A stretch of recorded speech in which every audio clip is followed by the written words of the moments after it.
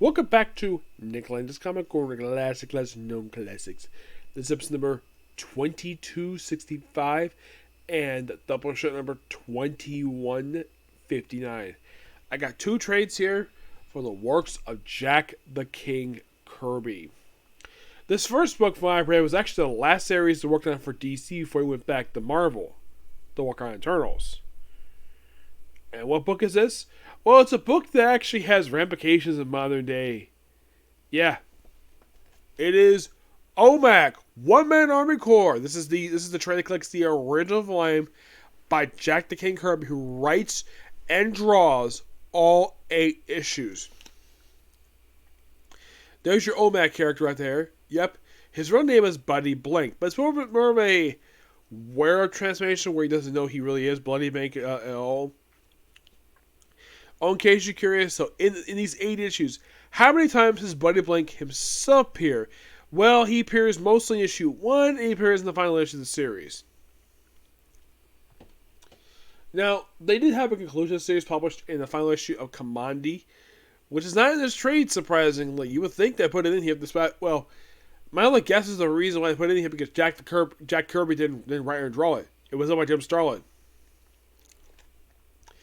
Okay, you're probably asking, what the heck is up with the woman in the strange box? Well, it's something that this series came up with. This is the friend. Put her together. She's basically like a human life-size doll that you get to be your friend with. Her name is Leela. And she gets killed off in the opening issue. Yeah, OMAC himself works for the Global Peace Agency. Yes, and apparently this is set... This is quite strange, though. This is set in the same universe as Kamandi. Yeah, Earth AD. That's what they refer to this Earth as. I don't know if, in fact, that the second volume by John Byrne 90s, I don't know if that one's relevant, I don't know. And here's a fun fact that shows it's not the first book I've reviewed. Yeah, I actually reviewed also the volume by Dan and Dio. And here's something interesting about that book. Same issue as this one. You're thinking, really? Same exact amount? Yes. Was this canceled those sales? Possibly, but it seems like Jack Kirby has been creating really cool stuff. It seems like a lot of his work didn't really last very long. Like a lot of his books, if it's not like New Gods or Mr. Mercury, or Mr. Mercury, Mr. Miracle, except for these 2 books, or The Demon, that's another one. A lot of his other books didn't last for long. This is one of those. This only lasts 8 issues. Now,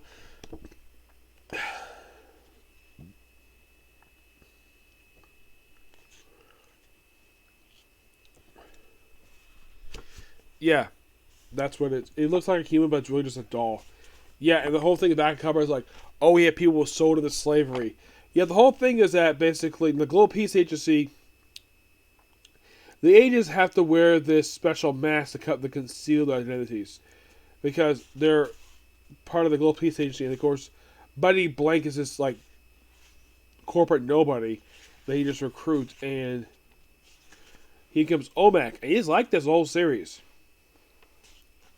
Of course, everybody's been like, then in issue 2, he showed up from a city. He's like, no city showed up for me. Yeah, and it's an absolute really fun book, and he also, get this, he has a healing factor. Yeah. This other can appear to be dead, but nope, he can heal himself. Oh, by the way, first issue is not only issue first appearance of Buddy Blank, and of course, Leela. There is one other character that makes a debut here. Well, along with the Peace Agency.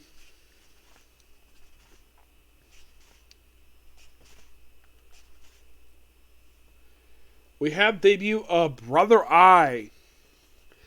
You think, wait, Brother Eye? Oh no, you mean the New 52 piece of bullcrap the stuff that basically Batman came with modern day? Kind of, yes. Brother Eye has always been associated with OMAC, and I do mean always. Like, if there's an OMAC, there's a Brother Eye. Heck, it was like that with the OMAC project by Greg Rucka. That's another book I reviewed. It's a really good book, by the way. Rucka's never had any bad books that I can think of. Well, I was talking about his Wolverine one at some point. Yeah. I mean, aside from those 2 things, there's nothing really else.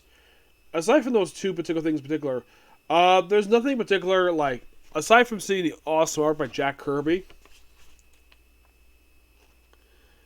I mean, the blanks and, well, it's just a really fun book per se. These even think of, like, de-aging people. It's just a really fun book. I love it. I give this book a 10 out of 10. Yep. Yeah, really fun book. I do recommend it if you're a fan of Jack Kirby. If you haven't read it yet, check it out. It's really good. Surprisingly, now here's the thing. Up until I saw this, I didn't know this trade even existed. You're thinking, you didn't know it existed? Yeah, I didn't see it coming out. I was like, oh, we have an OMAC book. Mine.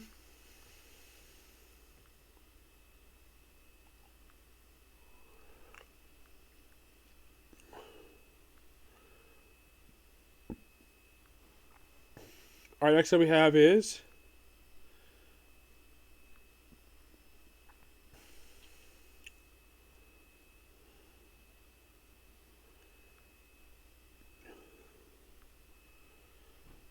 we have Fantastic Four Epic Collection, Volume 6, At War with Atlantis. Yep. Oh, and here's a sad fun fact about this trade here. This trade here collects the final issues of Jack Kirby's interior artwork in the book. You're thinking, really? Yeah, really. Because by issue, I think it's 103, I think it is, Jack Kirby is off the book. And you're thinking, Nick, I got something just for writing. Mom just left work now. okay. Okay. Anyways. Yeah, sadly put, this would be the last of his era.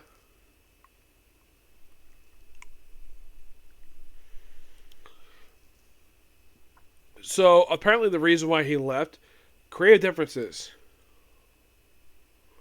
What's included in here in this trade here, the Lost Adventure.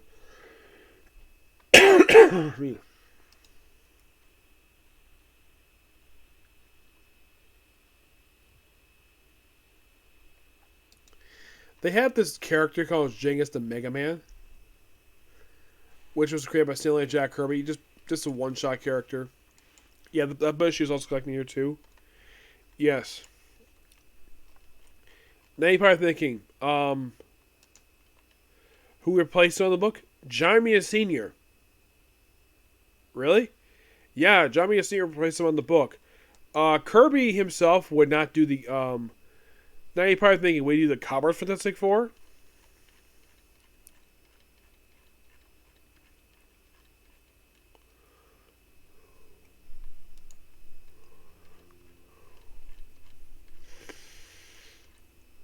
Let's see, last cover he did for Fantastic Four was, it may have been 100. I think it was the last issue he did the cover for.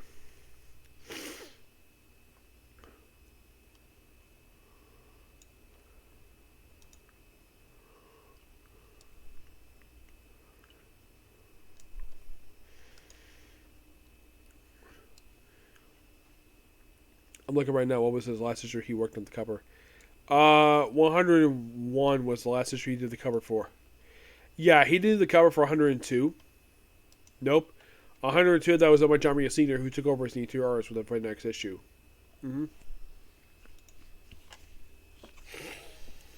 So in these issues, basically, Jack Kirby is just trying to wrap up his stuff with the book itself. Now, we also see Ron Freese in the artwork too. Issue 88, basically. Now, at the end, during these issues, we see many things. In particular, we see the naming of Reed Susan Storm's baby, Franklin, named after his grandfather, but Franklin B. Richards. The B stands for Benjamin. Yep, Reed named him after his best friend, Ben Grimm. And I think also he named, basically, because he named after Ben Grimm, Ben Grimm is automatically his godfather. Yep. And that basically is namesake for. Yeah, in the next few issues, they also deal with the Mole Man. Yep. And then Crystal leaves to go back to Inhumans. Of course, Johnny Storm thinks basically that that of course was the return of the scrolls in here, which is awesome. It's almost like Stanley knew Kirby was leading the book, so basically get all the highlights. Like, okay, the name of the baby that was probably loosely had a wrap up. We had the return of the scrolls, the Mole Man, the Inhumans, basically some Stanley Jack Kirby created, which basically was all briefly Giant Storm Crystal breaking up, but they came back together anyways by the end of this book. Once the whole human stuff culminated with issue 100 of the series, and then basically the last couple issues led to like, well, basically issue 100, which is an awesome issue by the way. Yep, it's basically the Fantastic Four versus the Puppeteer and the Pup Master and the Mad Thinker. Issue 101 basically is them versus well, the Hammerhead family.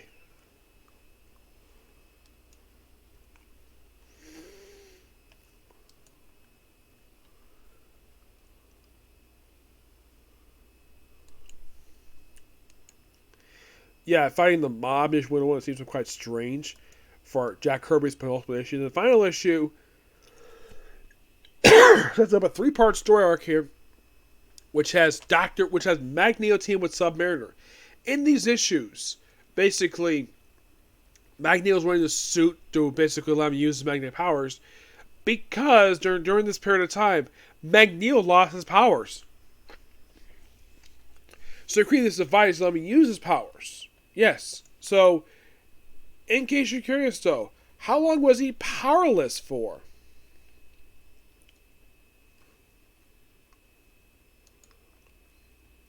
Quite a while actually.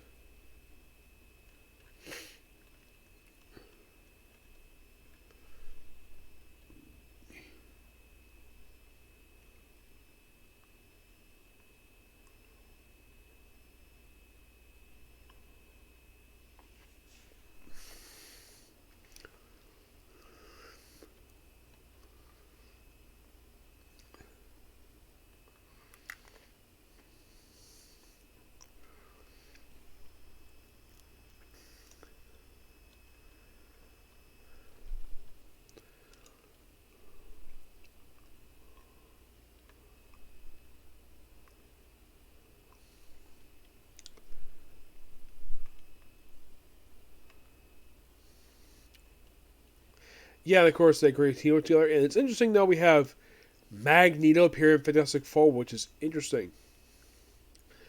Now you're probably thinking, was this the first time Magneto ever appeared in Fantastic Four, you might ask? I think so.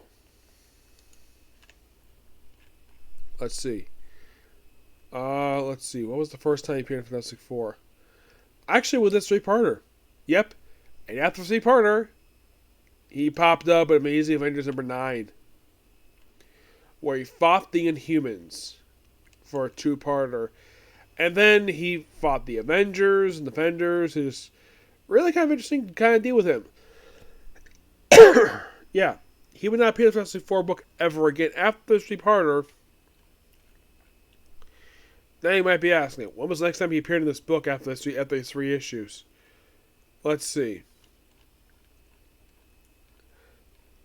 From what I can tell is, I don't think he ever returned to this book ever again. Not really. Actually, no, wait. He did finally return to this book. But his next appearance in this book would not be until I just saw it. It was Fantastic Four, Volume 3, Issue 27, in the year 2000. Yes. Magneto make a guest appearance in this very issue. Yep. But I think it's interesting though we have him leave during a 3-parter. Yes, a 3-parter. We deals with the return of, well, the Silver Surfer. The Silver Surfer, Namor the Submariner. Mm-hmm.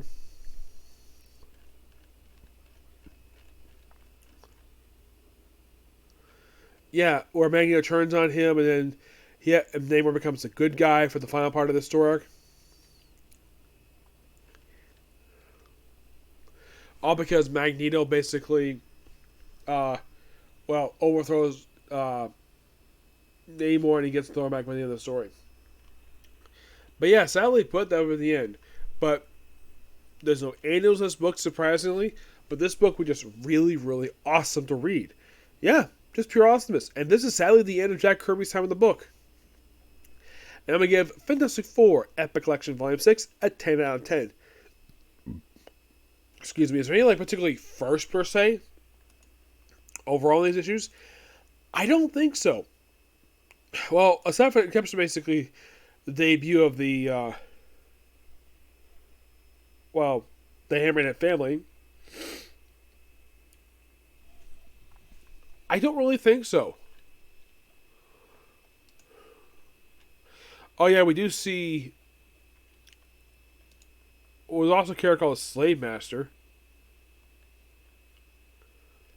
Yeah, that was a scroll. Yeah, and mostly we do see Moment with his glasses on for the first time. Yep. Oh, in case you're curious though, the Madman stuff went on for about 3 issues and then got wrapped up. And then basically they're fighting over the Deviant Scrolls.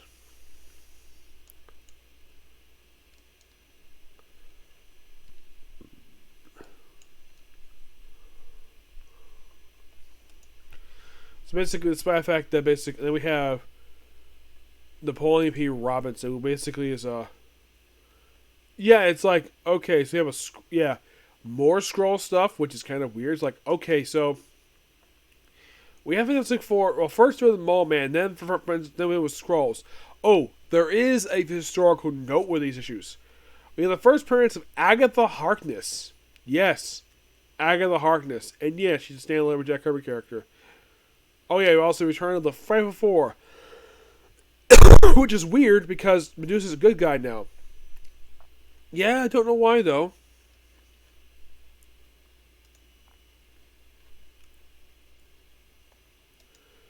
Now you're probably curious though, when was the last time the Fatal Four actually appeared in this book?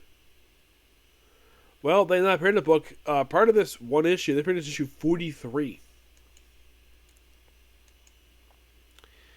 So I guess Kirby knew he was leaving, so bring back the Fatal Four for this issue.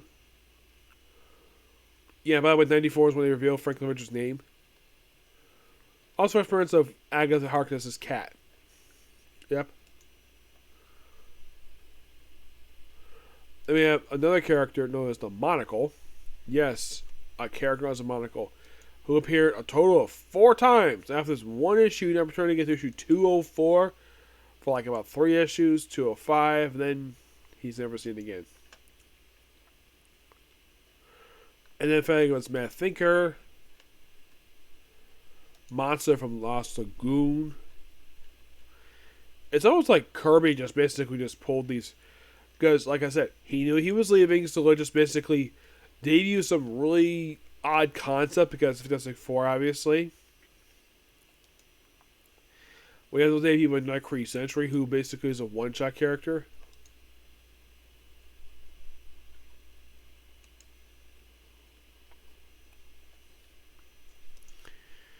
Yeah, and then we have basically like the Inhuman stuff. It's like, yeah, it's kind of weird how Kirby Wraps Up is run, but I still enjoyed it. Okay, so that's a particular view. Next up is going to be probably Doctor Who. Okay, next video. Bye.